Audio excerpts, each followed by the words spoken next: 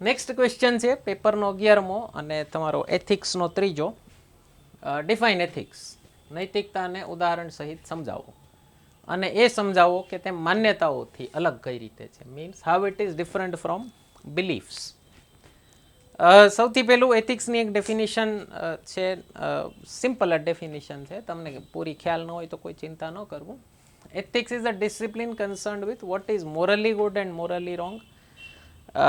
નૈતિકતાથી, નીતિમત્તાથી કઈ વસ્તુ સારી છે, કઈ ખરાબ છે, કઈ સાચી છે, કઈ ખોટી છે, એનાથી જે એના ઉપર જે અભ્યાસ કેન્દ્રિત છે, જે શાખા કેન્દ્રિત છે, ડિસિપ્લિનનું ગુજરાતી થાય શાખા, એને કહેવાય એથિક્સ. ઓકે, એને કહેવાય નીતિશાસ્ત્ર. હવે ઉદાહરણ સહિત સમજાવવાનું કીધું છે આપણે, એટલે એક ઉદાહરણ લઉં છું. કોક પ્રોફેશન માટે અમુક એથિક્સનું કોડિફિકેશન થયેલું હોય, નક્કી કરેલા હોય કે આ પ્રોફેશનલ એથિક્સ કહેવાય. જેમ કે ડૉક્ટર છે, લોયર છે, ડૉક્ટરને એક હિપોક્રેટિક ઓથ અપાવતી હોય પાસ થાય ત્યારે, તો ડૉક્ટરથી એકચ્યુઅલી પ્રશ્ન નથી પૂછાતો પેશન્ટ આવે ત્યારે. એ લોકોની થિયરી લખેલી એવી છે કે પેશન્ટ આવે ત્યારે તમારે પૂછવાનું નહીં કે કોણ છો, તમારે સૌથી પહેલાં એને ટ્રીટ કરવાનું. એટલે તમારા દુશ્મન દેશનો નાગરિક હોય અને માની લો દુશ્મન દેશનો સૈનિક પણ છે અને ઘાયલ થઈને આવ્યો છે, તો તમારી ડૉક્ટર તરીકેની પહેલી ફરજ છે કે એને સાજા કરવાનું. રેડ ક્રોસ સોસાયટી આ સિદ્ધાંત ઉપર જ બનેલી છે કે સૌથી પહેલી તમારી ડૉક્ટર તરીકેની માનવીય ફરજ છે કે એને સાજો કરો, પછી પૂછજો ભાઈ તું કોણ છો, પછી તમારી સેનાને સોંપી દો, કોઈ વાંધો નથી, પણ એને સાજો કરવો તો તમારી ફરજ છે જ. નથી નિભાવતા હોતા ઘણા બધા કે પહેલાં પૂછે કે પૈસા છે કે નહીં, પછી ટ્રીટ કરે, પણ આ એ લોકોના એથિક્સમાં હોય છે. લોયરના પણ એથિક્સમાં આવે કે માની લો તમારો ક્લાયન્ટ આવી અને તમને ખુદ આવીને કહી દે કે મેં આ ગુનો કર્યો છે અને મારો કેસ લડો તમે, તો તમે ના ન પાડી શકો કે હું ગુનેગારોના કેસ નથી લેતો. આવું બધું પિક્ચરમાં હોય, એવું બધું રિયલ લાઈફમાં ન હોય. એ લોકોના લોયરના એથિક્સ છે કે તમે નક્કી નહીં કરો કે એણે ગુનો કર્યો છે કે નહીં, જજને નક્કી કરવા દો. તમારું કામ છે એનું સાચી ઈમાનદારીથી, નિષ્ઠાથી એનો કેસ લડવાનો. એટલા માટે જ આપણે કસાબને પણ લોયર આપ્યા હતા, ભારત સરકારે આપેલા છે, મહારાષ્ટ્ર સરકારે એના બિલ ભરેલા છે. ઓકે, ભારતનો કાયદો, ભારતનું બંધારણ એની ગેરંટી આપે છે કે દરેક વ્યક્તિને પ્રાકૃતિક ન્યાયના સિદ્ધાંત પ્રમાણે, પ્રિન્સિપલ્સ ઓફ નેચરલ જસ્ટિસ પ્રમાણે, જેની આપણે અનુચ્છેદ 21માં ચર્ચા કરી છે. લેક્ચર ન જોયું હોય તો જોઈ લેજો, યુટ્યુબ ઉપર પડેલું છે. તો એ અનુચ્છેદ 21માં આપણે એને એ અધિકાર આપેલો છે કે તમને પણ ભાઈ, તમે દુશ્મન દેશના પણ નાગરિક હશો, તમે અમારી પર યુદ્ધ કર્યું હશે તો પણ તમને વકીલ અમે આપશું. અને લોયર ક્લાયન્ટ પ્રિવિલેજ હોય એક કે તમારો ક્લાયન્ટ આવી અને તમને કોઈ વાત કહે તો એ તમે અદાલતમાં બફાટ ન કરી શકો કે આણે તો મને કીધું તું એણે ખૂન કર્યો છે. એ જો વકીલ બફાટ કરી દે અદાલતમાં તો એ પુરાવા તરીકે એ મંજૂર ન થઈ શકે, એડમિસિબલ એવિડન્સ નથી. સેમ વસ્તુ ડૉક્ટર પેશન્ટ પ્રિવિલેજ હોય કે તમે ડૉક્ટરને જઈને કહો કે ભાઈ મને આ બીમારી છે, તો ડૉક્ટર ત્રીજી કોઈ વ્યક્તિ ન કહેવું જોઈએ. એનાથી બીજા પેશન્ટને નથી કહેવાતું કે ભાઈ તમારી પહેલાંનો પેશન્ટ આવ્યો હતો ને એને આવું હતું. એ ઘણાને શરમ આવતી હોય બીમારી શેર કરવામાં. અત્યારે ડૉક્ટરો એક ચાલુ કર્યું છે, કેબિનમાં 2-3 પેશન્ટને ઘુસાડે. એ લોકોનો પ્લાન જ હોય કે ફટાફટ 2-3 જણા હશે તો બધા પોતાની પેટ છૂટી વાત નહીં કહી શકે, શરમ આવશે, આખી વાત નહીં કહી શકે, ફટાફટ જાશે ને ફટાફટ જાજા પૈસા મળે. પ્લાન એકચ્યુઅલી આ જ હોય છે. પણ ડૉક્ટર પેશન્ટ પ્રિવિલેજના એથિક્સમાં આ એનું ઉલ્લંઘન છે કે તમે એકલા ડૉક્ટર સાથે 1-on-1 વાત કરી શકવા જો. તમને ડૉક્ટરના આસિસ્ટન્ટથી જો એ ડૉક્ટર ન હોય, ટ્રેની ઓલા કોઈ હોય, માની લો જે હજી ડૉક્ટર નથી થઈ ગયા, તમને જો એનાથી એ શરમ આવતી હોય ને કે નહીં હું 2 જણાને નહીં કહું, તમને એકલાને કહીશ, તો એને ડૉક્ટરે રિલીવ કરવા પડે. ઓકે, તો એથિક્સ હોય છે ઘણા બધા પ્રોફેશનમાં કોડિફાઈડ હોય, જેમ કે સીએના એથિક્સ હોય, આર્કિટેક્ટના હોય, એન્જિનિયર્સના હોય, બધાના કોક એથિક્સ હોય છે. ઓકે, એની સામે બીજો ટર્મ આપ્યો છે આપણને બિલીફ, એટલે કે માન્યતાઓ. માન્યતા છે ને એ બહુ પર્સનલ નેચરની હોઈ શકે, મીન્સ વ્યક્તિએ ફરી શકે. તમારી માન્યતા અલગ હોઈ શકે, તમારા બાજુવાળાની માન્યતા અલગ હોઈ શકે. અને ઘણી વખત શું થાય, તમારી માન્યતા અને તમારા એથિક્સ વચ્ચે ક્લેશ થઈ શકે. ઓકે, માણસ માટે દ્વિધા થઈ શકે, ડિલેમા થઈ શકે કે આવું કરું કે ન કરું. આ કામ મારી માન્યતાની ખિલાફ છે પણ મારા પ્રોફેશનલ એથિક્સ કહે છે કે આ મારે કરવું જોઈએ. સિવિલ સર્વન્ટ્સના એથિક્સ હોય અમુક, તમારે સિવિલ સર્વિસીસ રૂલ્સમાં આવતા હોય, ભારત સરકારના અલગ હોય, ગુજરાત સરકારના અલગ હોય. તો એક ઉદાહરણ બહુ મસ્ત આપ્યું છે કે માની લો કોઈ વેજીટેરિયન માણસ છે અને એનું પોસ્ટિંગ થઈ ગયું છે ફિશરી ડિપાર્ટમેન્ટમાં. તો બે વિરોધાભાસી વસ્તુઓ છે. ઓકે, તમે એમ કહો મારા ઘરે ઠાકોરજી પધરાવેલા, અમે તો જીવ હત્યાની ખિલાફ છીએ. ઓકે, એ વસ્તુ બરાબર છે, તમારી માન્યતા છે.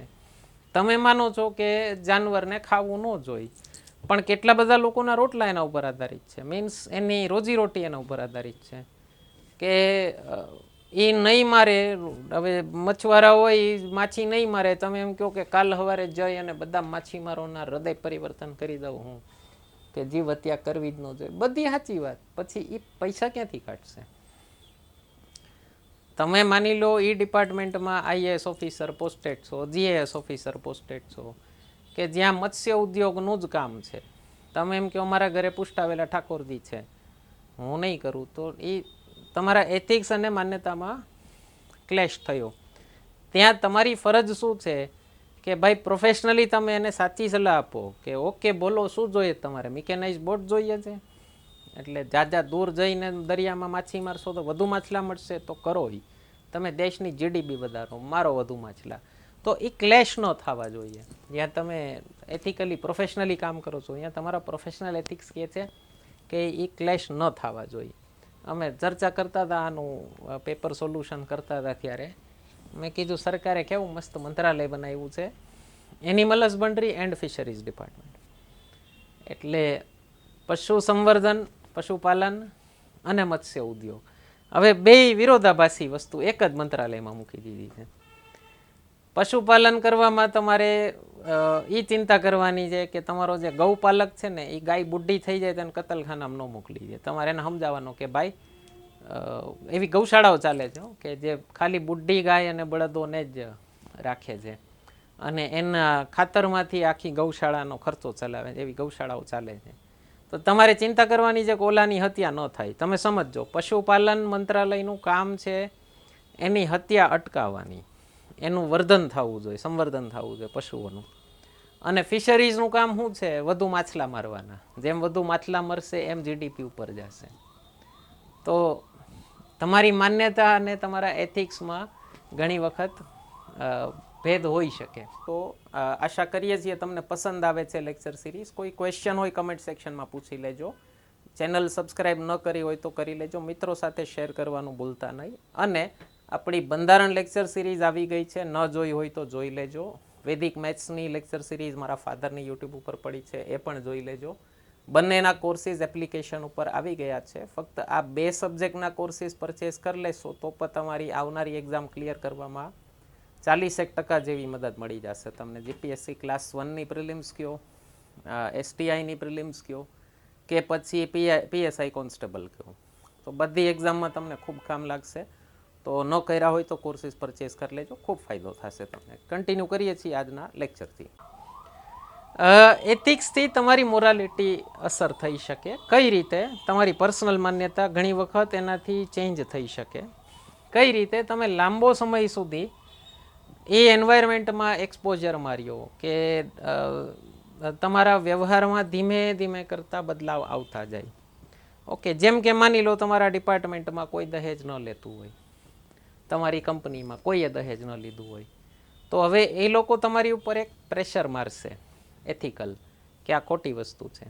ઓકે, તમારી માન્યતા જે લેવું જોઈએ, કાંઈ વાંધો નથી એમાં, પણ ધીમે ધીમે કરતાં તમારી માન્યતા ફરી જશે. તમે જોજો ઘણી વખત છોકરો સિટીમાં ભણવા ગયો હોય ને તો ગામડે પાછો જાય ને તો એને ને મા બાપને, દાદા દાદીને ઘણી વખત બહુ આમ ક્લેશ થતા હોય. આના કારણે એ લોકોની માન્યતા અલગ છે, ઓલાની હતી નાનપણમાં, પણ જેવો અલગ એન્વાયરમેન્ટમાં ગયો, સારા વિચારો જાણ્યા, તો એને એમ થાય કે નહીં આ બરાબર છે.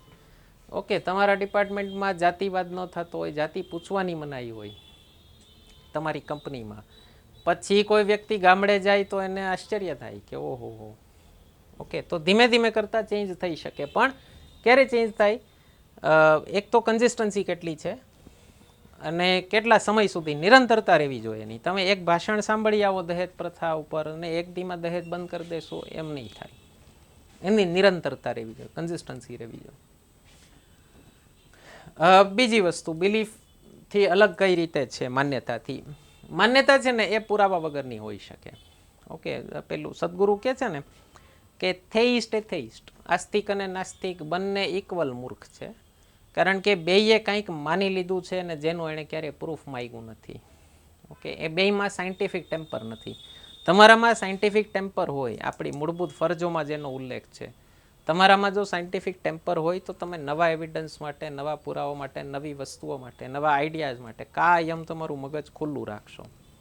તો બિલીફમાં એ કોઈ એવિડન્સની જરૂર નથી. ઉપરથી કીધું આ ચાલ્યું આવે છે એટલે ચાલ્યું આવે છે, શું કામ એ કાંઈ પૂછવાનું નહીં. એમાં રિલિજિયન, તમારો સંપ્રદાય એક મોટો ફોર્સ હોઈ શકે તમારી માન્યતા કેળવવા માટે. જ્યારે એથિક્સ છે ને એ રિલિજિયન વગર હોઈ શકે. અમારે ફિલોસોફી ઓફ રિલિજિયનમાં એક પ્રશ્ન આવતો, મોરાલિટી વિધાઉટ રિલિજિયન, સંપ્રદાયથી ઇતર નૈતિકતા હોઈ શકે કે નહીં? યસ, હોઈ શકે. કોઈ વ્યક્તિ કોઈ ઈશ્વરમાં નથી માનતો, કોઈ સંપ્રદાયમાં નથી માનતો, ખાલી એટલું માને છે કે સારા કર્મ કરો સારું થશે, આ કરવું જોઈએ, આ સારું છે, આ ખરાબ છે. ઓકે, બેઝિક હ્યુમન વેલ્યુઝમાં માનતો હોય, હોઈ શકે. કોઈને એ હ્યુમન વેલ્યુઝ રિલિજિયનથી મળી હોઈ શકે, પણ એવું ન માનવું કે રિલિજિયન નહીં હોય તો એ હ્યુમન વેલ્યુઝ જ નહીં હોય. ઓકે, આપણો દેશ તો ખાસ કરીને ઓર્ગેનાઇઝ રિલિજિયનવાળો દેશ જ નહોતો. ઓકે, આપણે ઓર્ગેનાઇઝ રિલિજિયનની પદ્ધતિ ભારતમાં હતી જ નહીં. ઓકે, આપણે એથિક્સ ઉપર જ ચાલતો દેશ હતો.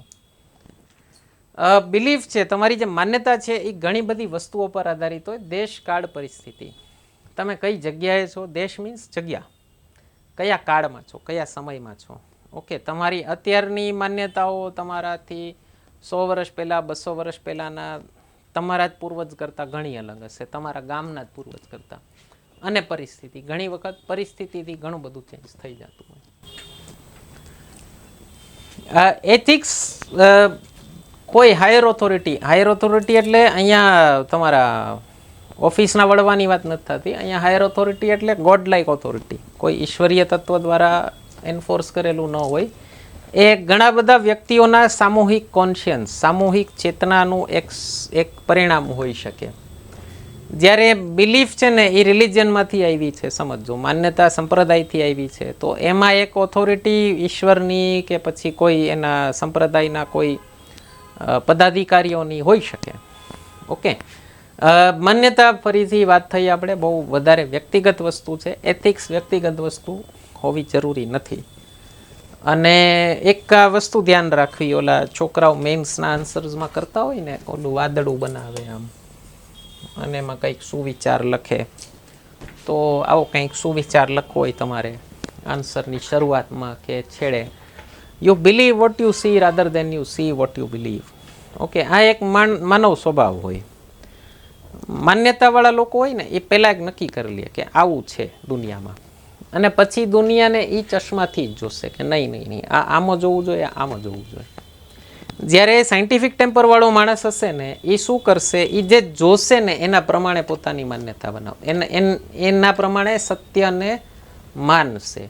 તો આ એક બેઝિક ડિફરન્સ હોય.